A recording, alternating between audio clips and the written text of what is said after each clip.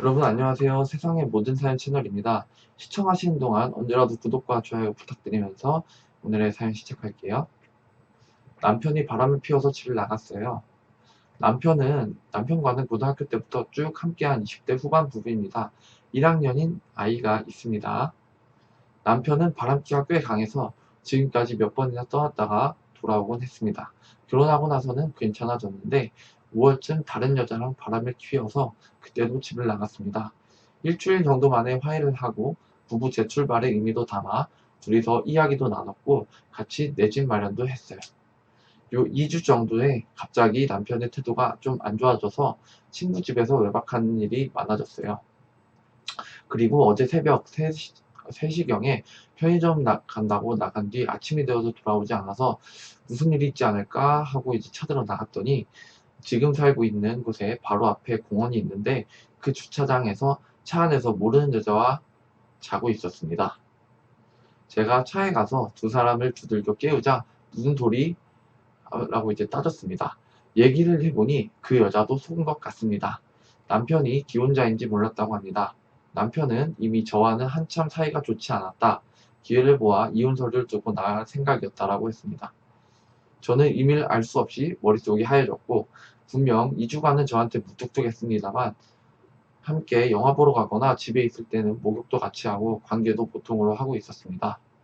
남편의 주장은 내가 잘 안긴다든가 키스도 평소보다 좀 줄어들기 때문에 좀 그렇다고는 합니다만 그 여자는 저와 다르게 매력적이고 바람피는 것은 제가 바보 같은 성격이기 때문이고 남편의 바람기는 제가 원인이라고 했습니다.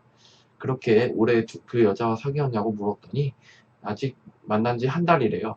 그 여자도 당신들의 가정을 부수고 싶진 않지만 남편이 좋아서 헤어지기 싫다라고 하고 남편이랑 그 여자랑 이야기해도 시간 낭비라고 생각해. 그럼 그렇다고 말할 수 있어요? 기혼자인 줄 알고 사귄다면 난 당신에게 위자료를 받겠습니다. 라며 돌아갔습니다. 남편이 돌아와서 이혼 이사에는 변함이 없다고 하고 집을 나간다고 하고 나중에 이혼 서류를 가지고 오겠다고 하고 집을 나갔습니다.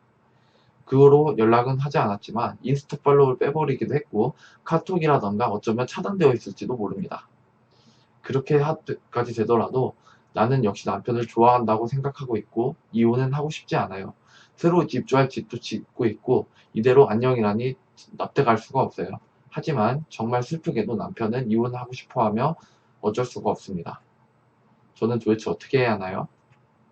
만약 카톡이나 인스타가 차단되었다고 해도 시댁이 가깝기 때문에 시부모에게는 연락을 취할 수 있을 것이고 예상하지만 지금 어디 있는지 알고 있어요. 만약 이혼 서류를 남편이 먼저 사인했어도 제가 납득하기 전까지는 쓰지 않아도 되는 것이죠. 별거를 하고 있으면 이혼이 성립되는 경우도 있다고 합니다만 그것은 어느 정도의 기간인가요? 답변자, 그것은 과연 좋아할 것인가? 의존이 아니라 집착이 아니라 휘둘리는 쪽이 하는 착각입니다. 바람피는 남자랑 오래 있으면 여기까지 같이 왔는데 다른 사람에게 뺏기고 싶지 않아 라고 생각하지 않을까요? 매력적으로 보인다고 해야 되나? 거기까지 자신의 정신 깎을 정도의 상대인가? 차단하거나 여자랑 차에서 잔다고 그러고 하는 일마다 유치하군요. 고등학생 같아.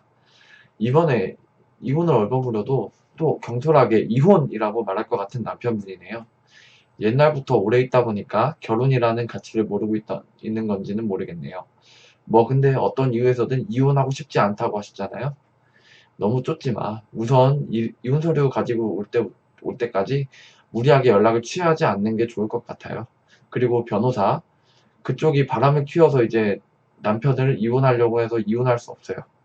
그 주고받은 걸 포함해서 변호사가 있는 편이 훨씬 유리하게 움직일 수 있어요. 라고 해야 되나? 똑똑하게 움직일 수 있어요. 질문자.